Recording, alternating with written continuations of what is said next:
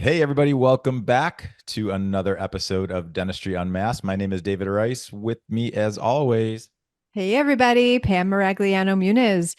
So, David, when I bought my practice 10 years ago, over 10 years ago now, I got hooked up with this system, program, whatever you want to call it, where when new patients would or prospective new patients would move to the area, I would send them correspondence to try to get them to come into my practice. And it was from the Madow brothers. And so I know I was holding on to this story and it was really cool. It helped me get some new patients. It helped me build my practice as I was getting started. And it was cool because, as a new owner, it's so new patients are awesome because you're the only dentist they know. So you're not, trying to teach your old patients how great you are. Like you just kind of come in and that's who they know. And that's how you kind of get your own practice. So I'm so honored to have Dr. Rich Madow with us today.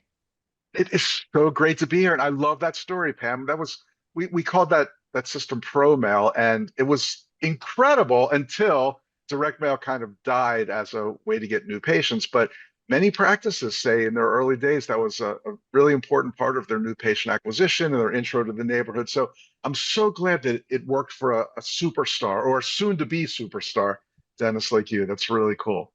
Well, thank you. I appreciate that. And it's interesting because, reading your articles and kind of following you over all of these years, you're a systems guy. And there's just, you're really great at helping people hone what they do or what they're currently doing.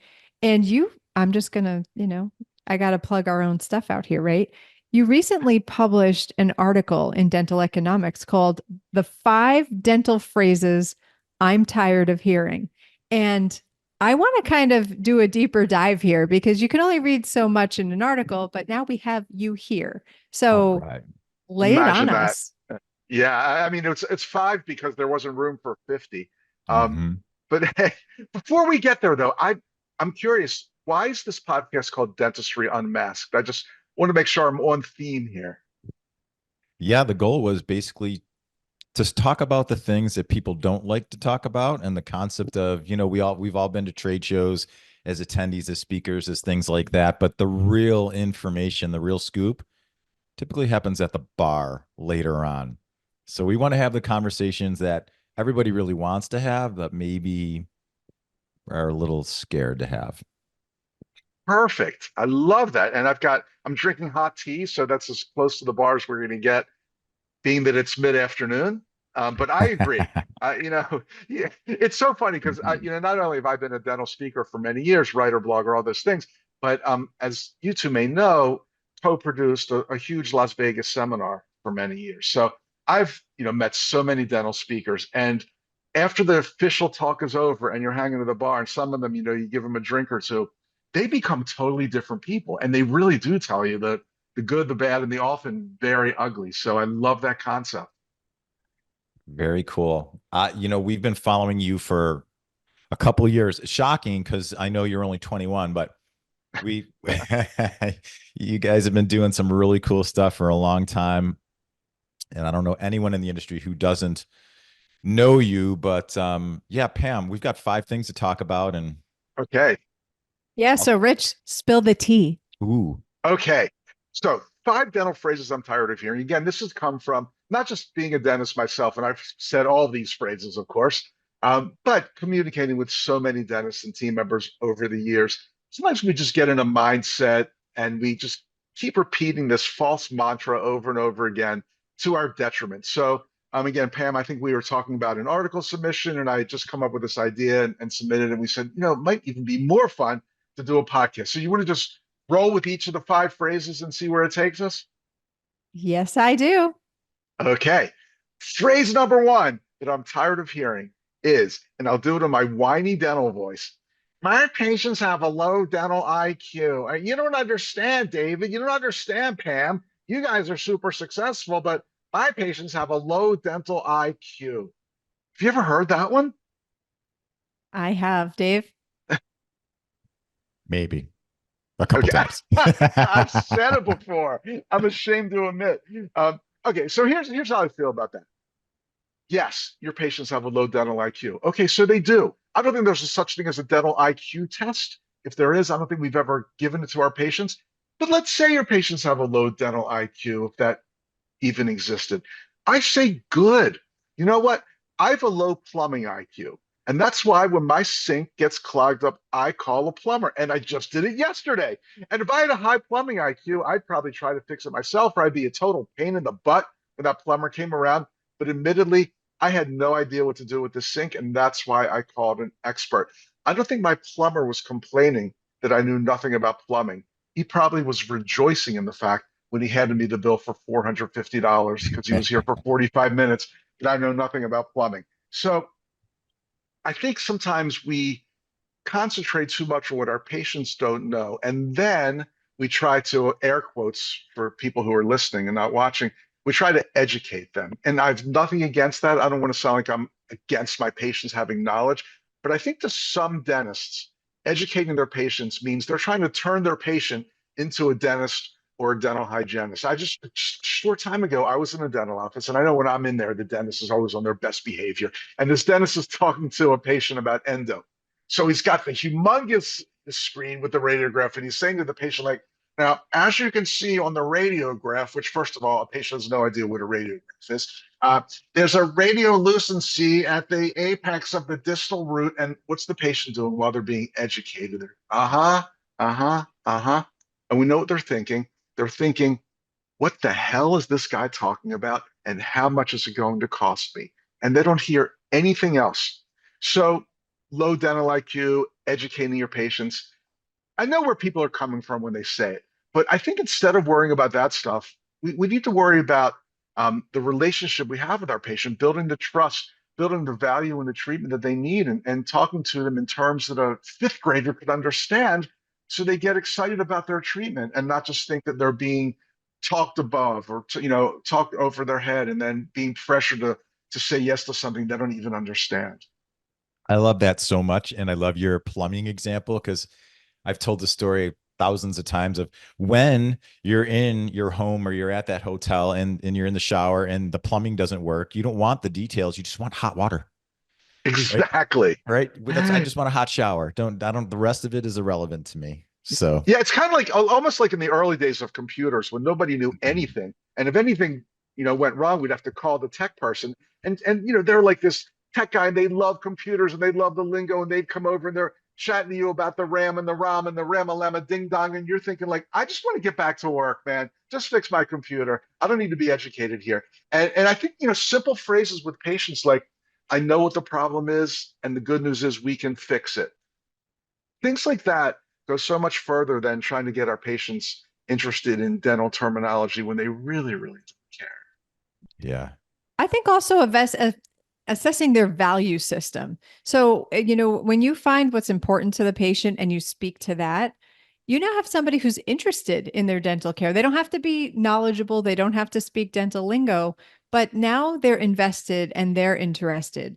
And so I think when you get a patient engaged in their care, that's where the magic happens. That's where you're building trust. And so if you just sort of write them off as just kind of being dumb dentally, what are we going to do there? You're really not going to develop a relationship with your patient. And where do you go from there? And Pam, you just opened up a huge conceptual thing, and that is treating our patients with respect and never saying anything about a patient to a team member or a colleague that you wouldn't say if they were standing right there in front of you. And saying, my patient has a low dental IQ, you're almost saying like this person is stupid. And it's just a bad way to have a relationship with a patient. Everybody's stupid at different things. I think Mark Twain said that, or one of those great people. And it's so true. So I think what you're saying is really, really important that if we write our patients off as dumb, we're losing that level of respect that we need to have, which will in turn create that great relationship. So, really, because you guys are sharp, man. I'm so glad to be on this podcast. This is awesome. I get smarter when I'm around Pam and wise guests.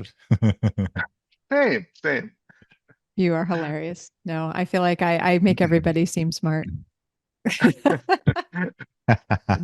They say you never want to be the smartest person in the room or you're in the wrong room. So, No problem there. I was gonna. We're all vying for spot number 3. Is that the goal here? Right. We do rock, paper, scissors. And then if you don't know how to play that, you're automatically spot number 3. I All right, we love it. better keep rolling on these 5 things, right? We must. Yes. Right. The next one, maybe we don't have to spend that much time on, but I feel like I'm on every dental email list in the book. And I don't know if you guys are, or if you've got better filters than I do, but I get so many emails from dental publications and consultants. And then being a speaker and consultant, I get them from the speaking consulting world as well. So needless to say, my email box is jammed, as I'm sure yours are too. And I've noticed in the last couple of years, one of the big subject lines, and you have to have a great subject line to get your email open, of course, is something along the lines of drop your PPOs now. Here's how to drop your PPOs, right? And they get a lot of clicks. And every dentist thinks, wow, I'm writing off a lot. Wouldn't it be great to have a practice without all of these PPOs? And that's great. And transitioning to a fee for service model is awesome if it's the right thing for your practice. But as we know, as 3 dentists, dentists are always looking for that magic bullet. And sometimes a dentist will go down that road of dropping their PPOs without even considering, is this the right move for me? I mean, I've seen practices that are PPO heavy that are awesome.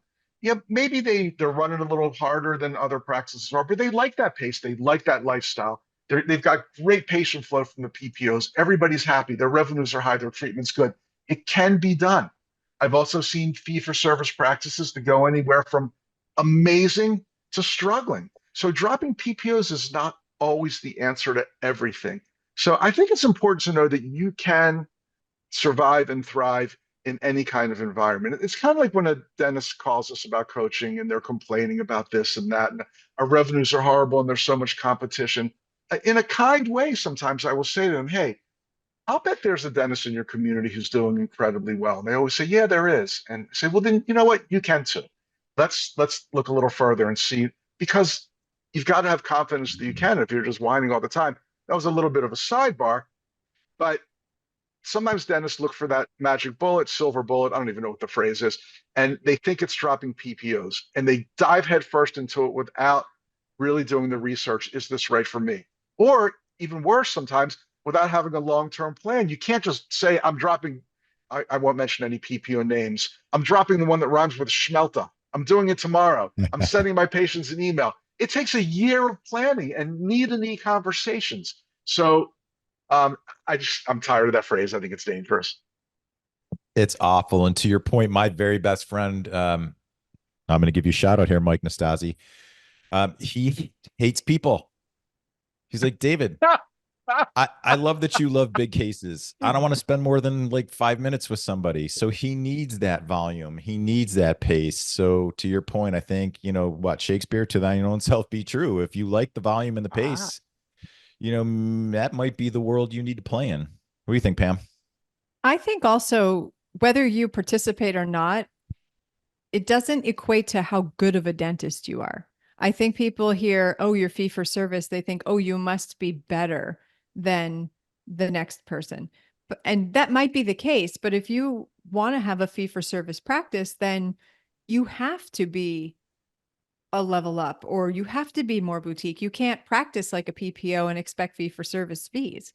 So you kind of have to figure out, like you're saying, what kind of dentist do you want to be and stay in that lane, because you really can't really dip your toe into all of the different business models, because yours won't ever have a personality. It won't be individualized, and you really can't thrive in that lane if you're kind of trying to do everything. True.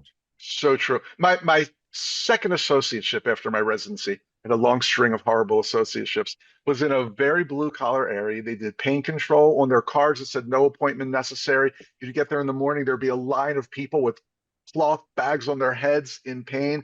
They did a lot of extractions. And it wasn't for me, but the owner dentist loved it. And he was loved in the community. And he had made a great living, and it was really cool for him. So again, I didn't realize we were going to get so hoity-toity that, David, you'd be quoting Shakespeare here, but hey, I appreciate it. And it's true, whatever you said. To each thought, there's something for everyone. Horses for courses, as they would say in England. I like that. All right. What's number 3? Hit us. Number 3. Now we're going to get a little deep here. I like it. Number three is work-life balance. I don't do any clinical teaching. I don't really care for this term, but I'm known as a management guy. And a lot of people who teach management courses get into work-life balance. We're going to teach you how to have a good work-life balance. And every self-help book, motivational quote, whatever, work-life balance. And I kind of think that phrase is a little bit BS because I think when you say work-life balance, it almost assumes or certainly insinuates that work is not as fun as life. You've got your work and you've got your life. Work bad, life good. And I call that a negative happiness equation. I see so many dentists get caught up in the negative happiness equation, which is where they love their weekends and their vacations and their hiking and their tennis and their concerts and their family. We all do. We all have things we love doing when we're not in the office, but they've kind of made a deal with themselves that goes something like, those things I love to do, they cost money and I want to do them. So the only way I can do them is if I earn money at this career that I really don't like. So I'm going to go in 3.5, 4.5 days a week, spend a significant portion of my life doing something that I don't really care for that much so I can have fun when I'm not in the office. And then you know what happens. Friday afternoon, you need 6 hours and 3 martinis to calm down. And then Sunday evening comes along again, and you've got a sick feeling because you've got to go to the office Monday morning. That's a negative happiness equation. And that's why I don't like the phrase work-life balance. I think, our work is our life. Our life is our work. If you really love what you're doing in dentistry, you are doing amazing things for your team and for the community around you. And why not say this is a huge part of my life? This is an important part of my life instead of juggling that horrible negative happiness equation. I love that one. That's my favorite so far.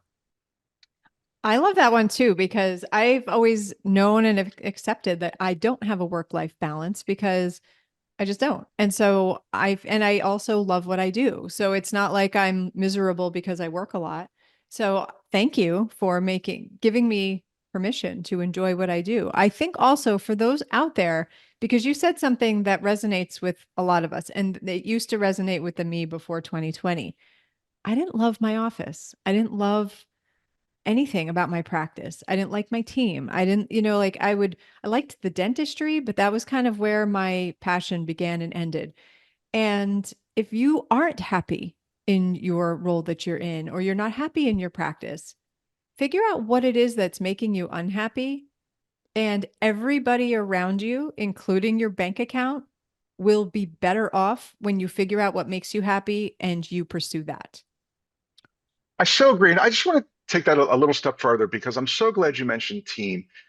There's so many factors to go into loving your life as a dentist, enjoying your practice. But to me, team is the place to start. And it's the most important thing because cliche alert possibly, but our team members are our work family and we spend so much time with them. And if we don't enjoy being with our team members, how can we enjoy being with our practice? Because no matter how, other than you two guys, cases will fail. Um, patients will say, hey, you told me my insurance covered 100% of everything. You're going to have a no-show and cancellation every now and then. All these things happen. But I feel like with my team, we're all in this together. We're all here to support each other. And when those crappy things happen, like they always do, who cares? Because we're spending time with people we enjoy. We're going to get past that and move on to a great patient and a great case and a huge check coming from someone from an insurance company. I'm not saying money makes you happy, but it's good. So I think being all in one with your team is so important. And if we have time, I'll just tell a quick story about this. Then maybe we can move on. I think maybe we even did a DE article about it. My famous seating chart, and this is years ago. My brother Dave, who's my partner in the Madow Center, we had our annual holiday dinner. We had 16 team members at that time, and we go to the fancy steakhouse downtown, and we get the semi-private room with the big oval table. And Dave and I get there early. Well, I get everywhere early because I'm like an airport dad. I get to the airport the day before my flight. So we we get there early. But one of the reasons is because we're putting out place cards where everybody's going to sit at this big table. And as we're putting out place cards, we're doing it strategically, saying, well, we can't put Linda next to Bernetta because they hate each other. And if we put Harriet next to Gabrielle, they're going to be gossiping and pointing fingers and laughing at everybody the whole time. And hell, if I'm sitting next to Stephanie, I can't stand her. And we're doing the same. This is our work family. We spend so much time with these people, more than our real friends and family at time. And we're going around saying this person can't sit here and this person has to sit here. And I don't even want to. We said, this is ridiculous. This is not the way we want to run our business. And we made a goal. We said, we're going to be back at the same table 1 year from today because we go to the same table every year. And next year, we are not going to need seating cards because everybody will be on a great basis with everybody else. It doesn't mean we'll have to go on ski vacations together, but it does mean that if we have a little office activity or happy hour, we enjoy the pleasure of every single person's company. So we made this our goal. Some people had to have a good talking to, as they say, that gossip and backstabbing and negativity is just not the way we want to run our office. And you know what? Just like with a clinical challenge with the team member, they were 100% up to the challenge and saw that it benefited them as well. And they realized that I'm going to be a team player. One person had to get a job opportunity elsewhere, as they say, but it was just one person. We all knew that she shouldn't have been there anyway, as we always say after somebody leaves. What took me so long? Um, but the seating chart rule really made us realize that everybody has to get along, have each other's backs, have a positive attitude, no backstabbing, gossiping, all those things. And again, we're coming back to this work-life balance thing. When you enjoy being with your team and they enjoy being with you, and everybody enjoys being with one another, the negative happiness equation can really start to fade away. I Awesome. think the other thing here is that what you're saying exists and it's possible. So while you might be in a situation where you're like, you know what, that sounds great, but that's not really reality. It might not be, it might be your reality right now, but it doesn't have to be. I didn't love my work family either. And they were fine and I liked them, but they weren't my people. And so once you get your people who see things your way, it's it's magic. It really is. And it will make your practice thrive. And sometimes, I mean, I don't care what anyone says. Sometimes you're like, what am I doing? Like, I hope I can make this patient happy. I hope I can, achieve what I'm trying to achieve here. And I feel like sometimes my team believes in me faster and more passionately than I believe in myself. And you know what? That raises you up. It's so funny looking back on my practice. One time I did something really stupid, as you know, we all do from time to time. And my office manager, who was awesome, just said, Dr. Rich, right now you might feel like the village idiot, but you're our village idiot. And that just made me feel so good. Should that make you feel good? I'm not sure, but it did. I feel like I got that talking to once a week, but I seriously doubt it. Really funny. And it's great when superstars like you guys can admit that your practice situation wasn't always great and you had to figure out what it was and take the steps to fix it. So it's encouraging for everyone else. I remember again, back in the day when my practice was growing, I did one of those things where you could spend time in the office of a highfalutin, fancy schmancy dentist who's on the lecture circuit. And I did it and I learned a ton. But one thing I learned is this guy had the same problems that I do. He just maybe dealt with them better. And I learned how to do it. But everybody's got these issues. that's a really great point. And I will tell you, I feel like because we all travel around so much, we get to experience other practices, teams, and the whole 9 yards. And that always made me appreciate our team even more and feel like, okay, we're normal, we're working on things. But boy, this is an amazing group of people. So I think that's a really great lesson for all of us out there. Go visit another practice. Whether it's a high profile person or the doc, 2 suburbs away, so they don't think you're spying on them. But get in the habit of seeing what's happening around you. You're gonna feel like, wow, I'm not as abnormal as I thought I was. This is okay. And two, I bet you're gonna find out your team is doing some really cool things that you can build on and get better in the next weeks, months, and remove those place cards for next year's table. That's so cool. I totally agree. And I was in a local study club for many years. Just it was 12 guys and gals, and some of us practiced right on the same street. And we just didn't feel any competition. We always shared. When something went bad, we, had the camaraderie and of knowing that it's not just us. And it was great. Kind of similar, David, to what you said about visiting dentists in your area. I totally agree. Cool. A lot of All right. insight to get there. All right. Number I, 4. number four. Wow, number four. Okay, I'm not going to throw the millennial dentist under the bus, but I hear millennial dentists say this a lot. Like, I want to scale my practice. My goal is to scale my practice. Well, what does that mean? That means that 2 years from now, I want to own 6 practices and, just kind of hang out and supervise everything. Maybe I'll see a patient now and then, but my dream is to scale. And they'll start by having that mythical satellite practice, which is a funny term. It's like, what is we can't see you today in our regular practice, but we've got this practice that orbits around the other practice. And, that's where we keep our crappy chair and our horrible assistant. It's just, I don't know. That term just bugs me. But I'll say this. I know plenty of people who have had incredible success with multiple practice ownership. And if you're that kind of person, it's really, really cool. But more often than not, I see somebody try to set up a second practice, and all they do is double their overhead and quadruple their headaches. But there's a reason. The reason is that their first practice was not that great.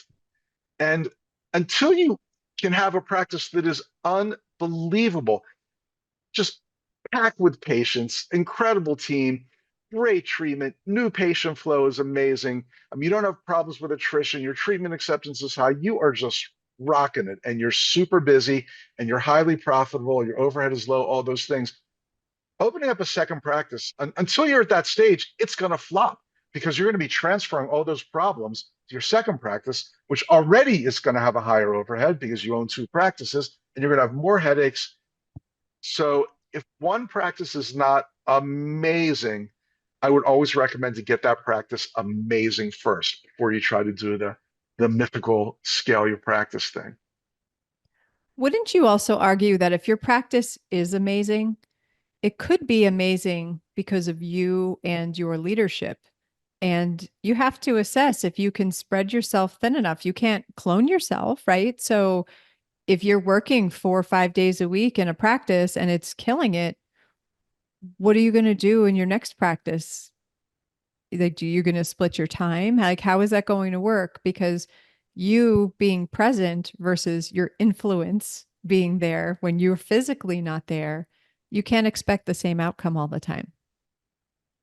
I so agree, and I think if there's ever a formula for sex and for I just say sex in dentistry, there's probably a formula for that too. If there's ever a formula for success in dentistry, and again, different ways for different people is fine. But to me, the dentists who are really rocking it have one location. They could have 12 ops and 4 associates, or 3 partners, or 5 partners, whatever, but they do it all under one roof, and their systems are so great that when they get new team members, they just seamlessly fit in because they have these great systems. And Pam, as you said, you can't clone yourself. And in that situation, you don't have to because you're still the leader of this one physical practice. And I've seen dentists who take home 7 figures who have 1 assistant, 1 hygienist, and 1 person at the front desk, and they're the only dentist there. There's so many different ways to do it.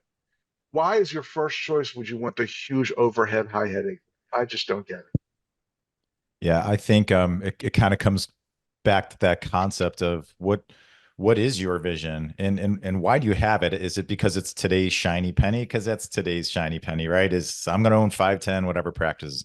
If that's really for you and you're an entrepreneur and you don't necessarily want to be a clinician, okay. I know you may have gone to dental school with that in mind in the first place, but if you're just doing it because it seems to be today's trend, turns out bell bottoms are coming back. So, Are they coming back? I just took mine to Goodwill.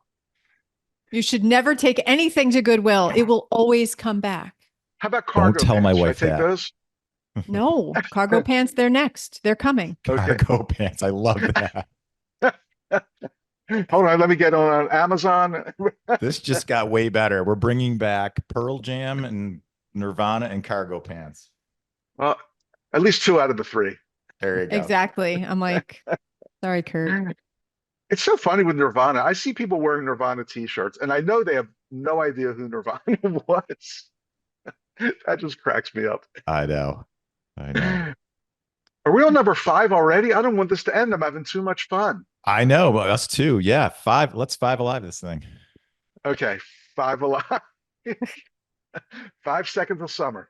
Um, number five phrase that drives me crazy, and it's something that just about everybody says when they contact us, and that is, "We need more new patients. We need more new patients." Now, more new patients are great, and Pam, I'm so glad that you brought up in the early days of your practice, we even helped you get more new patients. I mean, we all love more new patients. New patients are the most likely to need more treatment and say yes and be excited about your practice and refer others and give you a great Google review, et cetera, et cetera. So new patients are cool. And they're really, some dentists think they're even a metaphor for their success, which I'm not sure if they are. I'm not sure if they are. But just like the scale your practice thing, more new patients won't solve your problem if you've got a tremendous back door and this big bus of new patients pulls up and they come in and they walk through your office and 90% of them leave through the back door, or doing some kind of really fancy marketing. And believe me, I love marketing. It used to be mailers, not these days, SEO, pay per click, a million ways to, I love it.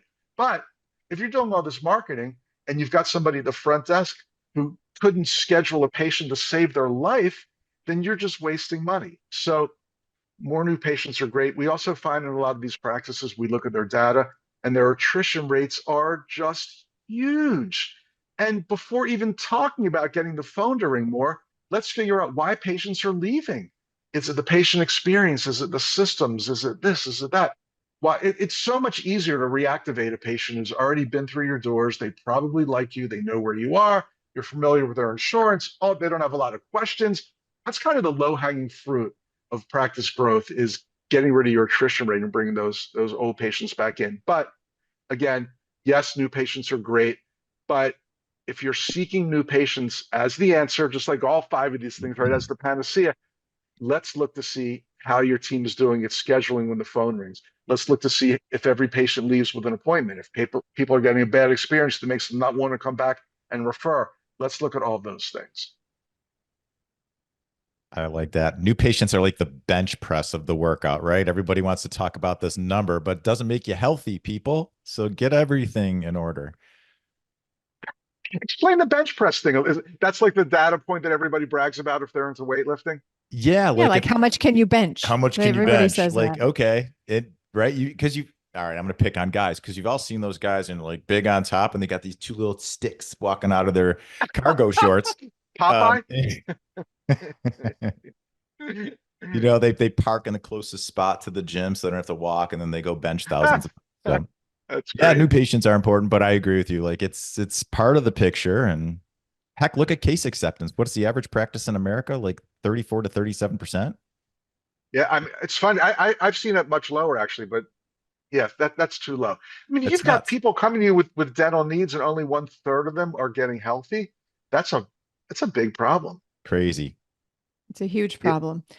Well, let me tell you, Rich, we've blown through these five phrases, and it's interesting because, yeah, on the surface, you hear people say it, and it's almost like, any other expression that you might hear that you sort of hear it and you just sort of let it go. But there's so much more below the surface. I feel like you dropped us like five glaciers, and they're really interesting. And I think that we really should think before we speak. Stop, don't judge your patient ahead of time. And also, if things aren't going right in your practice, to try to figure out what that is and turn that around. I so agree. So that's what we do all the time. I don't know if I'm allowed to kind of talk about my podcast for a second, but we do mystery shopper calls every week. I pose as a new patient. I'll call 4 or 5 practices with the same questions that a new patient would ask. They might be simplistic, annoying questions, but this is what new patients ask. How much is it cleaning? Do you take my insurance? Do you see kids? Do you do braces? Whatever. And it's astonishing how people answering the phone are, well, first of all, give credit, kind and caring, and they really want to help. But as the call starts to wind down, they never offer an appointment. I mean, never. It's unbelievable. So if you want to hear on the Dental Practice Fixers that is true, check it out. But it's amazing. That's Awesome. Well, listen, hilarious and speaking of your awesome. podcast, and you'd have to be hiding underneath a rock to not know how to find you, but how does everybody here best find you? Well, our website is madow.com. It's just simply madow.com.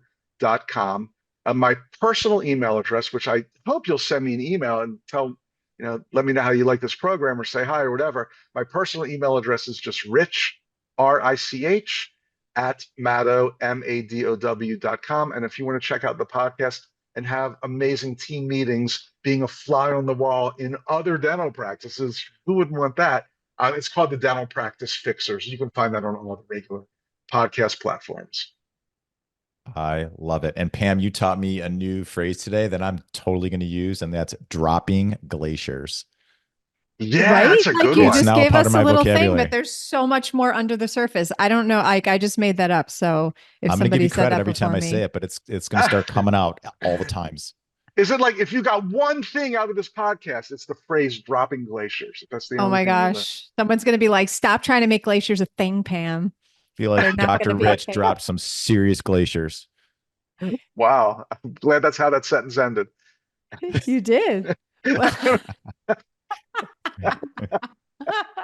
oh my Listen, you got to gosh. come back. We got to explore the rest of the conversations that like the double and the triple entendres that we talked about. So Right. It'll be awesome. Guys, it's truly an honor to be here. I really mean that. You both have accomplished so much. I see your names and faces and articles and everywhere. So it really is an honor to be here with such two impressive and important people in helping other dentists and team members learn and grow their practices. And I really, really appreciate what you're both doing.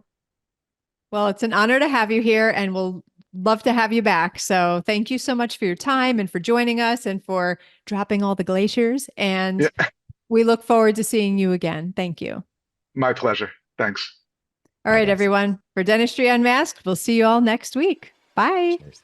Thank you, everyone, for watching or listening to the show this week. And thanks to our guests and sponsors on this episode. Please check out our social media at Dr. Pamela_Maragliano and at Dental Economics Official. Or you can check me out at Ignite DDS or at Dr. David Rice. And go to dentaleconomics.com to receive dental economics. You can choose to receive DE in print or digitally, and you can also get the details of our Principles of Practice Management conference on our website. If you have topics or guests or anything you'd like to talk about on the show, send us an email to dentistryunmaskedpodcast@gmail.com, and we will do our very best to make it happen. Thanks again, and we'll see you next week.